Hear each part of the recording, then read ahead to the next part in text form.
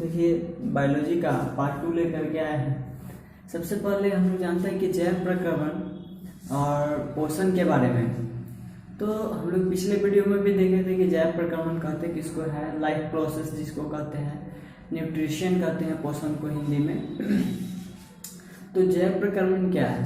कहा है कि वे सभी क्रियाएं जिसके द्वारा जीव अपना अनुरक्षण करते हैं यानी मेंटेनेंस करते हैं उसे हम लोग जैव प्रक्रमण कहते हैं। ठीक है, उससे पहले एक और बात कहना चाहते हैं कि आज से लगभग 500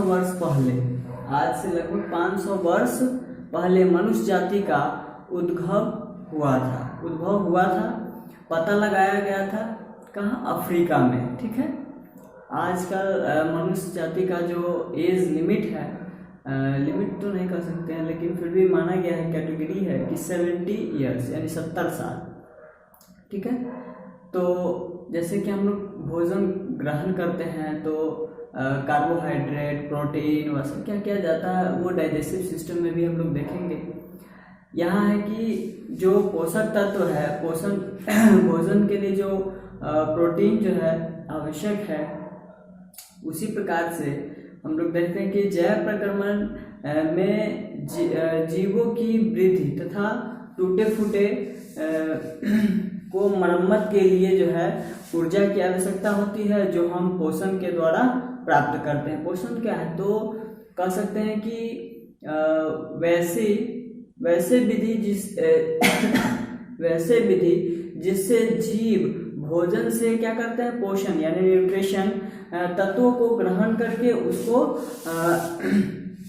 उसका उपयोग करते हैं, उसे जैव प्रक्रमण करते हैं। ठीक है, तो हम लोग प्रकाश संश्लेषण के बारे में लिखे हैं कि प्रकाश संश्लेषण क्या है। प्रकाश संश्लेषण की प्रक्रिया ही पौधे में होती है। ठीक है, प्रकाश संश्लेषण के द्वारा ही पौधे अपना भोजन तैयार करते हैं। ठीक है, तो जैसे अभी देख लेते हैं, इसमें भी डिफिनीशन लिखे हैं कि प्रकाश संश्लेषण वह प्रक्रिया है जिसके द्वारा पौधे सूर्य की ऊर्जा की सहायता से सरल अकार्बनिक अणुओं जैसे कार्बन डाइऑक्साइड और जल का पादप कोशिकाओं में स्थिरीकरण कर कार्बन अणु ग्लूकोज यानी ग्लूकोज क्या बनता है, कार्बोहाइड्रेट का निर्माण करते हैं। जैसे कि सूत्र है, इसको हम लोग याद रखेंगे, है ना। जो उसका मुख्य भोजन है उसे हम लोग प्रकाश संश्लेषण कहते हैं। ठीक है, तो C6CO2 प्लस 12H2O से अभिक्रिया कर रहे हैं सूर्य की प्रकाश की उपस्थिति और क्लोरोफिल। ये क्लोरोफिल एग्जाम में अधिकतर आता है। ये हरे पौधे में क्या रहते हैं, उपस्थित रहते हैं। ठीक है, जिसे हम लोग पूर्ण हरित के नाम से भी जानते हैं। ये पत्तियों में उपस्थित रहते हैं। हरे पेड़ पौधे में क्लोरोफिल जो वर्णक पाए जाते हैं जिसके कारण पत्ते हरे दिखते हैं। ये अधिकतर ऑब्जेक्टिव क्वेश्चन में पूछे जाते हैं। ठीक है, तो कहने का मतलब है ये जब अभिक्रिया कराते हैं तो क्या बन जाता है, ग्लूकोज बन जाता है और C6CO2 प्लस जल का निर्माण यानी H2O बनता है। कार्बोहाइड्रेट और जल बनता है। देखिए, तो सबसे पहले जो आपका समीकरण है उसको याद भी रखेंगे, कई बार एग्जाम में भी पूछता है। ठीक है, ये ग्लूकोज जो है पौधे यानी भोजन जो है इससे तैयार होता है, जिसे कार्बोहाइड्रेट के नाम से भी जानते हैं। जो पौधे भोजन करते हैं, जैसे कि पौधे का भोजन क्या हो गया, ग्लूकोज हो गया, C6H12O6 होता है। ठीक है, ये सूत्र भी है, इसको याद रखेंगे। ठीक है, और क्या क्या मिला, तो कार्बन डाइऑक्साइड और जल मिल करके क्या बना दिया, ग्लूकोज बनाया और CO2 बनाया और जल बनाया। कार्बन डाइऑक्साइड और जल में इसको तोड़ दिया।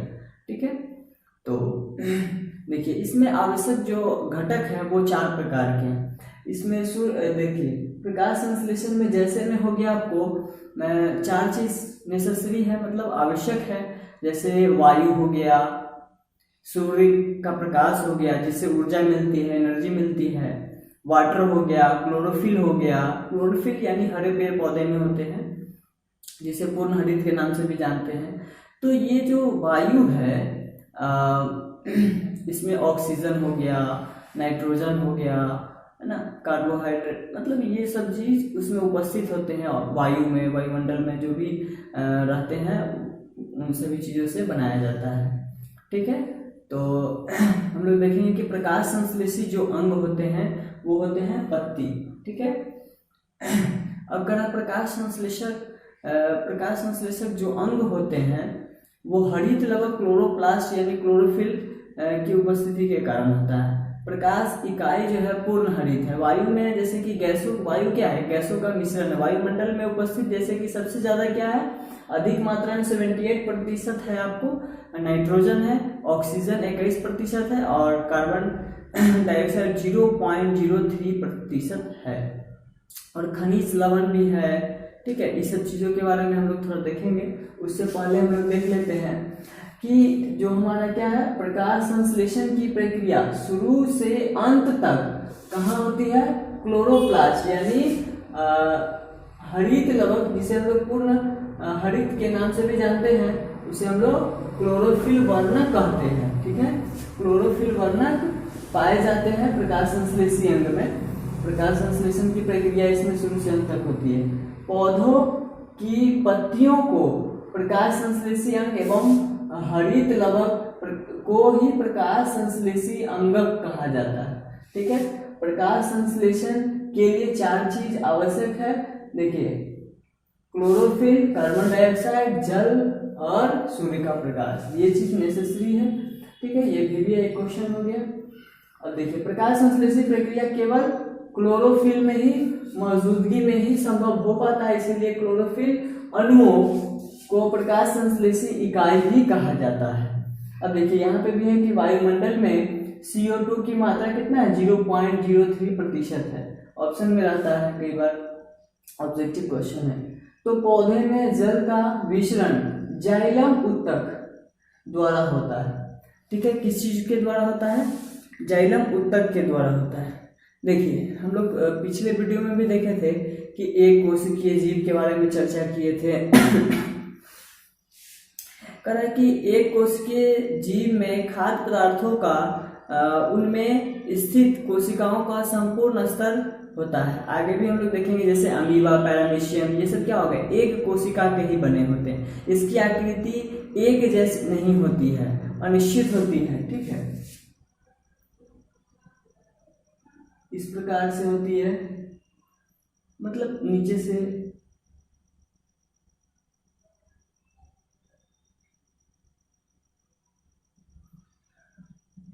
इस प्रकार की होती है, एक कोशिकीय जीव है इसीलिए। और पैरामीशियम की जो आकृति होती है, जैसे कि हम चप्पल पहनते हैं ना, तो चप्पल की आकृति की होती है, वो फिक्स आकृति होती है। इसमें जो है पैरामीशियम एक कोशिकीय जीव है। तो इसमें पैरामीशियम में क्या होता है कि भोजन कोशिका कि मुख्य के द्वारा करते हैं, जैसे भोजन कोशिका मुख्य के द्वारा करते हैं इसमें। ठीक है, जैसे कि एक कोशिकीय जीव में उत्पाद मतलब अंतर्ग्रहण करते थे। ठीक है, जैसे कीटाणु जिसमें बहुत सारे चीजें।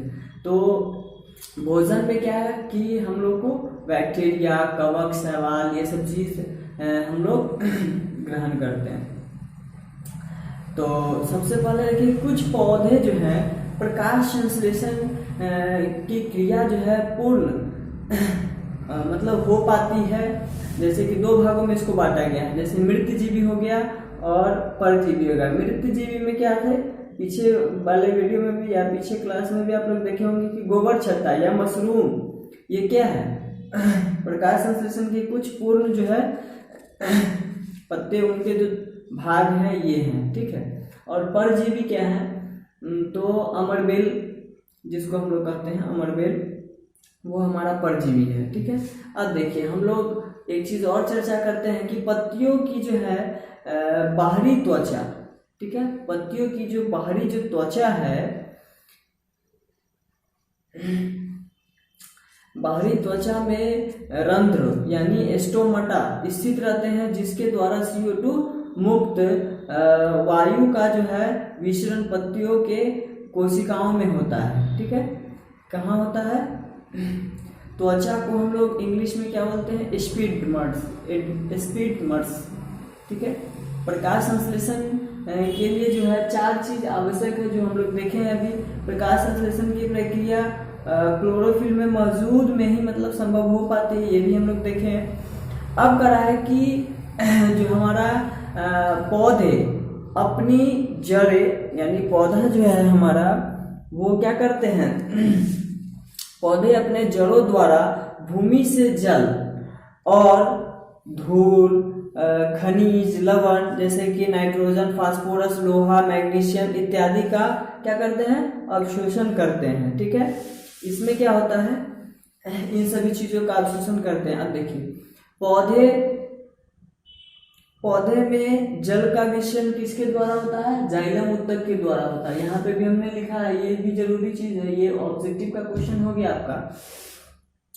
अब देखिए हरे पौधे केवल सूर्य के प्रकाश में ही CO2 कार्बन डाइऑक्साइड को शुद्ध कर पाते हैं, अंधेरे में नहीं कर पाते हैं, ठीक है। तो अंधेरे में वो जो क्या होते हैं पौधे विकसित नहीं कर पाते हैं।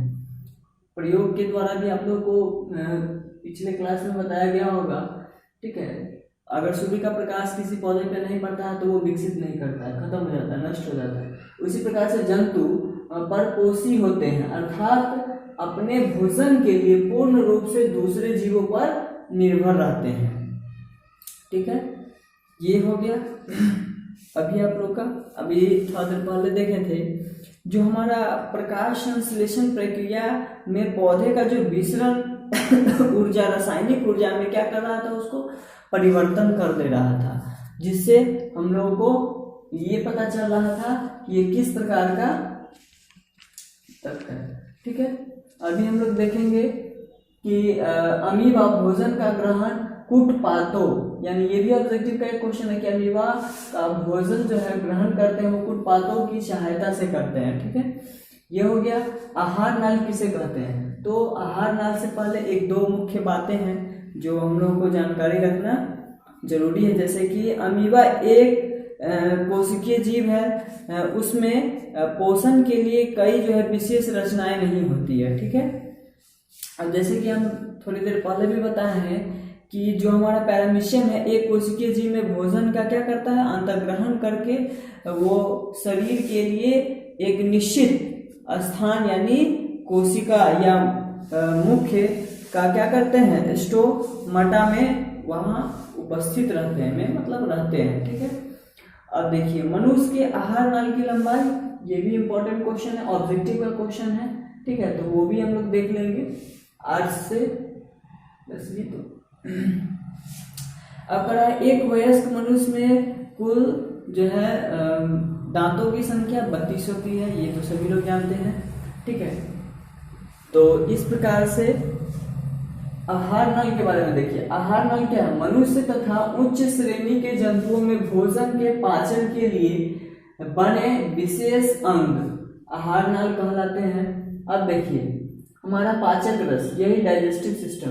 पाचक रस में क्या होता है, अच्छे से जब पढ़िएगा, फोटो जब साथ में होगा क्लास में जब होंगे उसका बात ही कुछ अलग होता है, और घर पे रह के खुद से पढ़ना थोड़ा सा बहुत सारे क्वेश्चन आते हैं और उतना क्वेश्चन डील नहीं हो पाता, बहुत ज़्यादा क्वेश्चन आ रहे हैं, कमेंट्स में पढ़ते रहता हूँ। तो पाचक रस में क्या है कि आहार नाल से संबंध कुछ जो है पाचक ग्रंथियां जो भोजन पचाने के लिए जिस रस का स्राव करते हैं उसे पाचक रस कहते हैं, ठीक है। इसमें क्या होता है कि पाचक रस का स्राव होता है, स्राव मतलब निकलता है, जिसको हम लोग बोलते हैं कि यह क्या हो रहा है, पाचक रस जो है इसमें निकल रहा है, जिसकी मदद से हम लोग क्या कर रहे हैं भोजन का, जैसे कि लार बनता है, पूरा पढ़िएगा डाइजेस्टिव सिस्टम में, तो वो क्या करता है भोजन को अंदर ले जाता है सहायता से, और फिर उसको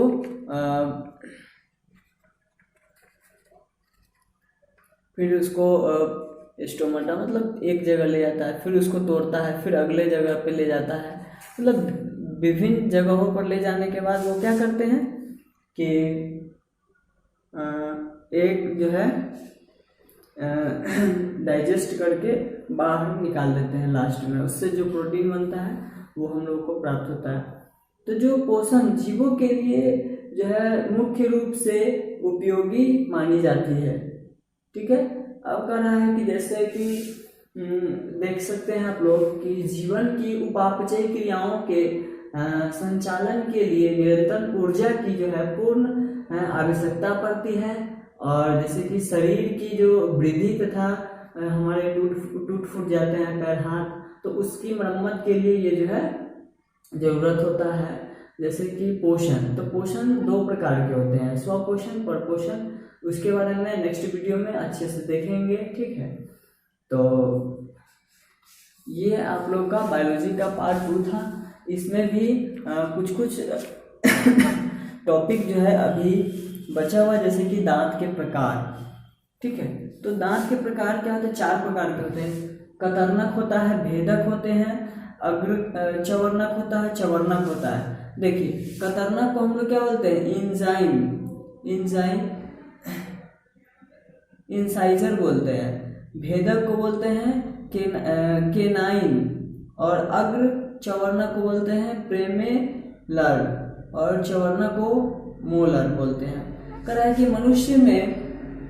मनुष्य के जो है मुख्य गुहा में 3 जोड़ी लार ग्रंथियां पाई जाती है, सब मैंडुलर लार ग्रंथियां और पैराडिम लार ग्रंथियां, सब लिंगुअल लार ग्रंथियां। ठीक है, अब जठर रस में जठर रस में हाइड्रोक्लोरिक अम्ल यानी HCl और म्यूकस तथा क्या होते हैं मतलब वहां से निकल जाते हैं, निष्क्रिय हो जाते हैं। ठीक है, मनुष्य में आमाशय में प्रतिदिन 3 लीटर जठर रस का स्राव होता है। ठीक है, ये भी एक पॉइंट है। आहार नाल की सबसे लंबा भाग और छोटी आंत है। कह रहा है कि जिसकी लंबाई 6 मीटर तथा चौड़ाई 2.5 सेंटीमीटर होता है। पाचक की जो है पूर्ण क्रिया छोटी आंत में संपन्न होती है। छोटी आंत 3 भागों में बांटा गया है, ग्रहणी, जेनुनम और इलियम कोसा, जिसको हम लोग कहते हैं ग्रहणी होता है, जेनुनम होता है। अब कह रहा है कि छोटी आंत का जो है अधिकांश भाग इलियम होता है, जिसमें भोजन का अंतिम रूप से पाचक समाप्त होता है। और लास्ट पॉइंट है कि लीवर जो है हम लोग का उसकी लंबाई 1.5 kg, शरीर की सबसे बड़ी ग्रंथि के नाम से भी जानते हैं, जिसका भार करीबन 1.5 kg होता है। ठीक है, और भी चीज हम लोग देखेंगे कि वैसे जीव कि अपना भोजन स्वयं संश्लेषित करके बनाते हैं। हम लोग स्वपोषी बोलते हैं। परपोषी में क्या होता है कि दूसरे जीवों पर वे निर्भर नहीं रहता है, और मतलब दूसरे जीवों पर निर्भर रहता है। जैसे स्वपोषी में हम लोग देख सकते हैं, उदाहरण के लिए हरे पेड़ पौधे स्वपोषी होते हैं। अपना भोजन प्रकाश संश्लेषण द्वारा वो प्रक्रिया को पूर्ण करते हैं और बनाते हैं, और उसे हम लोग स्वपोषी बोलते हैं, वे स्वयं बनाते हैं। परपोषी यानी दूसरे पर निर्भर रहते हैं। उसमें 3 प्रकार होते हैं, जैसे मृतजीवी पोषण, परजीवी प्राणी संपोषण। तो ये पिछले वाले वीडियो यानी फर्स्ट में ही हम बता दिए थे। तो आज का वीडियो अगर आप लोग को अच्छा लगा हो तो लाइक, शेयर एंड सब्सक्राइब, और भी पढ़िए। और भी जो डाउट्स रह जाएंगे वो क्लास जब ओपन होगा तो बताया जाएगा। तब तक के लिए जितना भी पॉइंट्स बोला गया है या बोर्ड पे आपको दिख रहे हैं उसको नोट कीजिए, याद कीजिए। ठीक है, तो ये तो आपका बहुत ही अच्छा पॉइंट है। ये सब जो भी बताया जाता है अच्छा ही पॉइंट है, जो एग्जाम में अधिकतर आते हैं या फिर आ रहे हैं।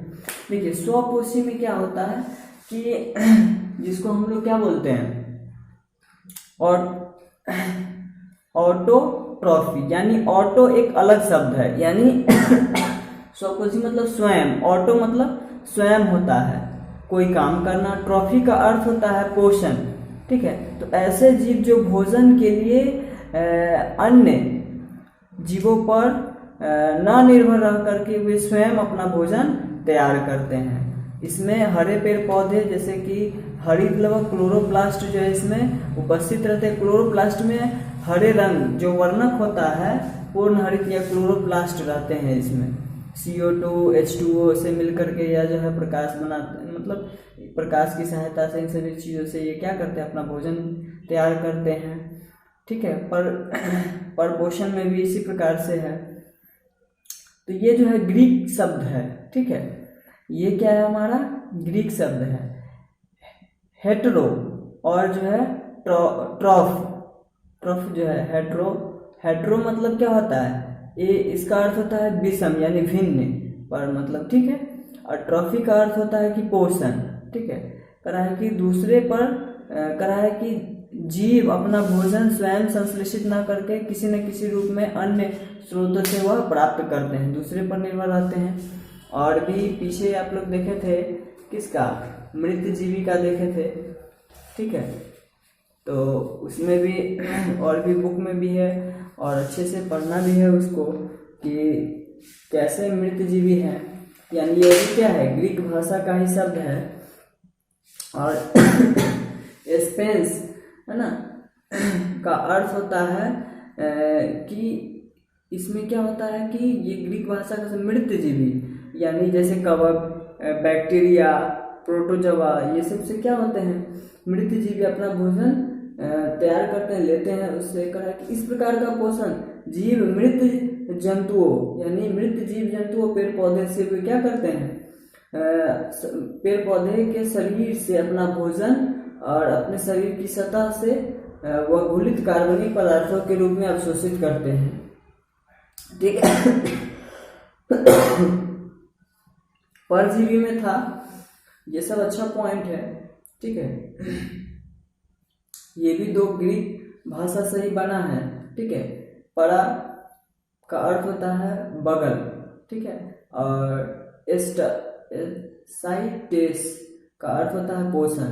कहा है कि इस प्रकार का पोषण जीव दूसरे प्राणी के संपर्क में अस्थायी या अस्थायी रूप से रह करके उससे अपना भोजन प्राप्त करते हैं, उसे हम लोग परजीवी कहते हैं। ठीक है, प्राणी संपोषण क्या है, ये भी ग्रीक भाषा का ही शब्द है। तो इंग्लिश में जो बोलते हैं उसको तोड़ देते हैं, हेलो और जोइंग, हेलो जोइंग बोलते हैं। तो हेलो का अर्थ होता है कि पूरी तरह, और जाइलम का अर्थ होता है कि जंतु, जैसे कि वैसे पोषण जिसमें प्राणी अपना भोजन ठोस या तरल के रूप में जंतुओं का भोजन ग्रहण करने की विधि द्वारा ग्रहण करते हैं, उसे प्राणी संपोषण कहते हैं।